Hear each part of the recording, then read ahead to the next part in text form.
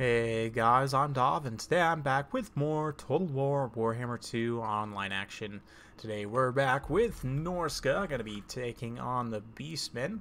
So let's go ahead and get to the army compositions. Of course, Throgg here going to be leading the way for me with his regeneration. Beastmen don't have access to any kind of fire damage, so he's relatively safe in that aspect. Does have relatively low armor, but still just an absolute world beater. He's got the Vomit, Fight or Die, and the Wintertooth Crown. We've got 3 units of Famir, one of which is the Regiment of Renown Mist Stalkers for the Terror. It's the primary reason I bring them. They're also just amazing in terms of their combat stats with 45 attack and 56 defense. Nothing to scoff at. I've also got 2 units of Famir warriors with great weapons, front line of regular marauders with a couple of marauder spears out to the flanks, 2 units of marauder horsemen, and then up here on the hill we've got some Beasts of Tashnar here, the Regiment of Renowned Hounds, and Norscan Ice Wolves as well for the Frostbite. So I really like using these two in tandem. You know, they've got the same speed characteristic. One of them counts as large, one of them counts as infantry, so regardless of your opponent's bonus, if they have a bonus, you can circumvent them with one of these 2 units. Likewise, just the Frostbite, of course, means that you can catch large units and really drag them down with the Beasts of Tashnar. For my opponent's list, he does have 3 units of Centaurs with throwing axes, 1 unit of regular Centaurs. Through his main line here, he's got some Gore Herds with shields, 1 Best Gore Herd with the Koroks Man Rippers as well, Morgur the Shadowgave, of course, with a Bray Shame and Lore of Death, and 2 units of Ungor Raiders. Over on the other side, he's got some Chaos Poison Warhounds. So without further ado, let's get the battle underway. And these Centaurs are going to have a bad time here. They blundering into the woods, going to get caught on the back hoof by the Beasts of Tashnar, and then the Norscan Ice Wolves going to run in as well. And Norscan Ice Wolves have a massive amount of weapon strength, and of course with that Frostbite, there's no way these Centaurs are getting away. You can see them down to 54 speed, really struggling to get away effectively. And yeah, right off the bat, that's a great get for me. We're going to be maneuvering these Marauder Horsemen up and around to kind of do a bit of a skirmish phase.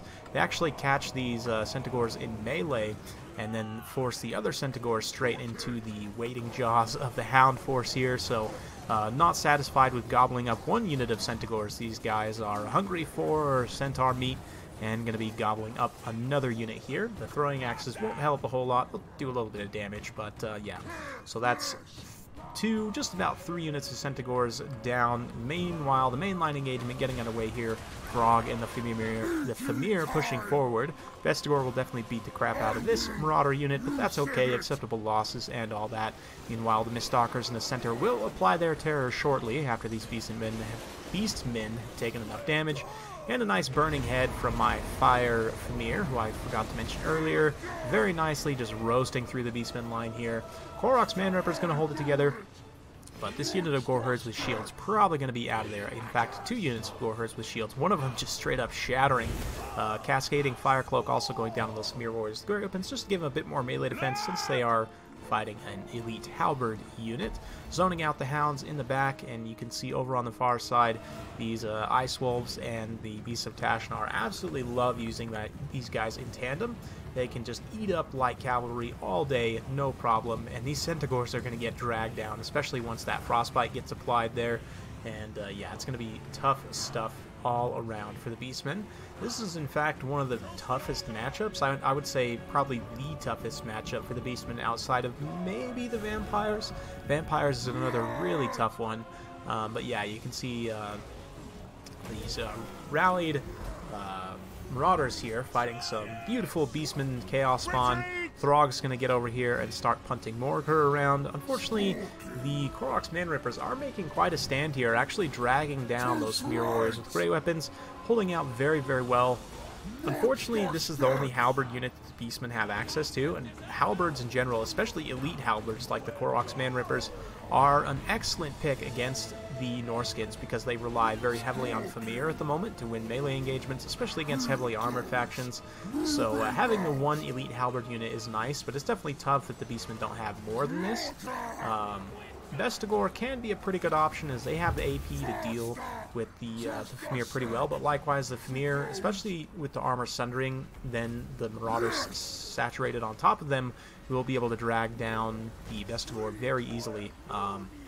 So it's a bit of a tough situation all around for the Beastmen. You know, Minotaurs don't trade super effectively because they have low armor. They'll get cut up by the javelins and different things, and even then, Fimir with great weapons, I think, will just straight up beat Minotaurs with great weapons, so not the best trade there. Some effective builds I have seen use a lot of the throwing axes, and even like Ungor Raiders, which my opponent did have a few of those. Unfortunately, he just wasn't able to get them in position to be super effective. You can see these Ungor Raiders have been zoned out pretty effectively, other one getting gobbled up by the about half health Beasts of Tashnar here, and the Norscan Ice Wolves, who have just about racked up an XP Chevron.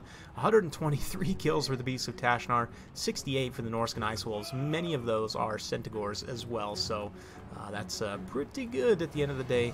You can see Throgg has pulled away from the Koroks Man Rippers. They're going to be coming around for a bit of a cycle charge, perhaps. I was trying to get the vomit off, but Throgg just was not wanting to throw up. I guess he took his Tums today or something. But going to get a nice swing in, club a few of those Beastmen, and at this point, just through sheer numbers, we're going to be able to beat out the Bestigors without too much issue.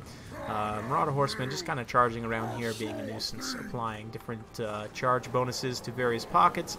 Now the Fimir, the one-eyed people eaters, coming through here, punting the Beastmen out of the way, and going to be clubbing these Koroks Man Rippers here. Ooh, maybe a little shin kick there. Did you see that? That little, man, with those talons too, that's gotta hurt, man.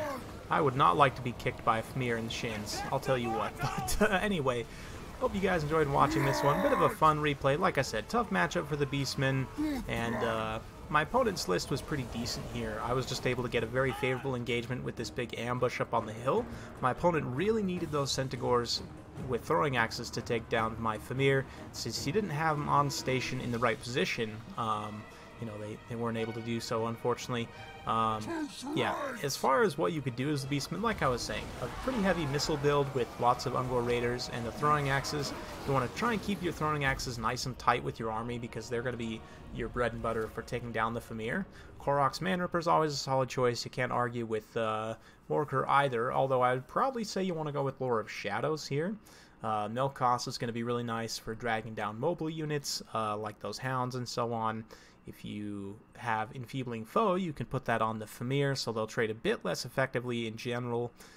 You know, the Penumbral Pendulum is also very good against the Norscan infantry, so I think Shadows might be a little bit better pick than Death here. But yeah, you can see the Fire Balefin there, 114 kills, mostly just from that one burning head there that just roasted out the front line. And then the shock damage and heavy power of these Fimir pushing through. 37 and an XP Chevron for this one. Not too bad at all. That unit of Norscan Ice Wolves did end up getting an XP Chevron at the end of the day. 157 for the Beasts of Tashnar. These dogs, man, I'll tell you what, they got let out by Throgg. It was definitely a wild time for them. And then, yeah, all the Fimir are doing quite well. The Terror from the Miststalkers, of course, is going to be very strong against the Beastmen, who are generally weak to Terror. For my opponent, these Koroks Man Rippers definitely MVPs here. Goreherds ended up being a little bit rough, and the fact that he lost out his Centaurs with throwing axes so early on meant that he was already going to be facing an uphill battle to be able to take down my Fimir especially. So, yeah, something like this actually is not too far off from what I think would be decent. I would probably just trade out the Brachium Lore of Death for Shadows instead, although I'd be curious to see how much Spirit Leech actually does against Fimir. Maybe just spamming Spirit Leech on them would do it, although that's still going to take a long time, and the Norskins are a faction that will either win or lose very, very quickly, and so if you don't have the ability to beat them quickly, you know, they're not really an attritional style faction still, so I don't know how much time you would get to really spam Spirit Leech. That's why I think going all in on Enfeebling Foe, that then allows you to beat them more quickly in melee, perhaps. You know, I'm just kind of spitballing here, but maybe that would be a more effective way of dealing with it. Again, I'm a bigger fan of Lore of Shadows than Lore of Death, but something you could do with Lore of Death, or Lore of Shadows, in fact, both have spells that sunder armor, although you're probably going to get a bit more cost effectiveness from Soul Blight from Lore of Death because it's an area of effect baseline. So if we go ahead and have a look here, Beastmen versus Norsca, something like this. If you're able to lower the armor of the Fimir, your Ungor Raiders especially will do more damage. So maybe we grab some Ungor Raiders here, something like this. Could potentially be tough to protect, but they do have the stock, thankfully. Some Centaurs with throwing axes, Not a bad idea. Morgar the Shadow Gave, of course. We'll cut Foe Seeker just because, you know, costs. I mean, if you have the extra gold, might as well grab it. But for now, let's cut that. Korok's Man Rippers we're definitely going to want. And, Destroyers of Drakwold also seem like potentially a decent pick as well. They actually have pretty good melee defense, and the poison could be nice. It's at least slowing down the Famir for a bit. Bray Shaman Lore of Death. If I were to take Lore of Death here, I'd probably just take Spirit Leech, leave Fate of Buna at home, and bring Soul Blight as well. That minus 30 armor is going to help these Ungor Raiders do a bit better in that particular engagement. In terms of the rest of the army here, Sons of Goros might not be a bad idea either. Norskins can bring Lore of Fire, so the Butchers of Kalkengard are a bit of a risky pick. They also, you know, just have very effective missile play at taking down monsters.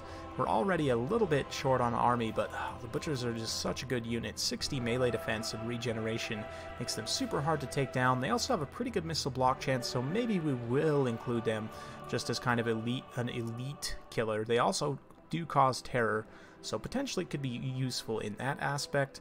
And then just to fill out numbers, maybe we just grab a whole bunch of Ungor Spearman Herd. Again, the anti-large bonus might help a little bit against the Famir, but they will get chewed up by the Norscan infantry pretty bad, so that's just something to be aware of. Let's see, we still got about 600 funds, so maybe we try and squeeze something out here. We could always grab a Gore Herd, or just like a Gore Herd with Shield to be another defensively focused unit. If we had the funds, I'd love to grab the Blackhorn's Ravagers. Unfortunately, we're just a little bit shy there. Or you could even just go even heavier on the Ungor Spears. This is a lot of spears, but yeah, that's probably a little bit too far there. But Gore Herds, the thing about Gore Herds is they just get cut up so hard by the Norscan infantry, so I just don't feel that they're wildly cost effective here. Yeah, you could do some different things. Maybe we cut Call of Violence just to be able to afford a best score, another best score, and that gives us a little bit stronger of a presence in the front line. Something like this might be pretty solid. Again, just kind of spitballing here. I do think this is probably the toughest matchup besides the Vampires for the Beastmen. But let me know your guys' thoughts in the comments down below. Hope you guys enjoyed watching. If you do like this sort of content, be sure to like, subscribe, hit that bell notification button, so every time I upload a new video, you'll be notified. Thanks again for watching, and we'll see you next time.